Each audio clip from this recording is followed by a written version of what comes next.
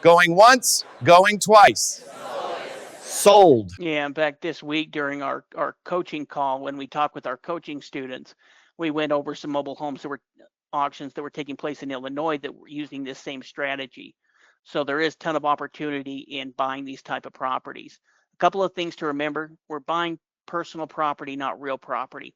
When we talk about real property, that means it's on its own piece of land. So in this case, we're buying personal property. We're buying the mobile home itself, not the land. We also need to check the market value. We mentioned that before. It's so important to determine what the property is actually valued at as a mobile home before actually bidding and determining what our high bid should be.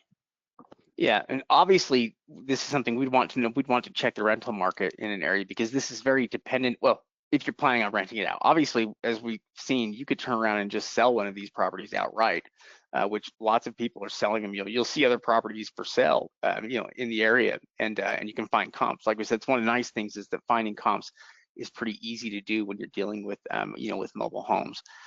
So we definitely want to be aware of the area though before we buy.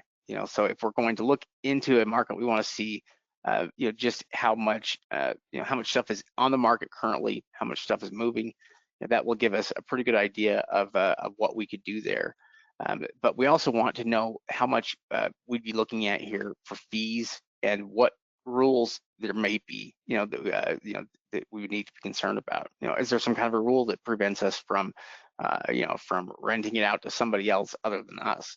Or is there other limitations or things that you can't do with it? Anything else to know, essentially, before you pull the trigger and buy?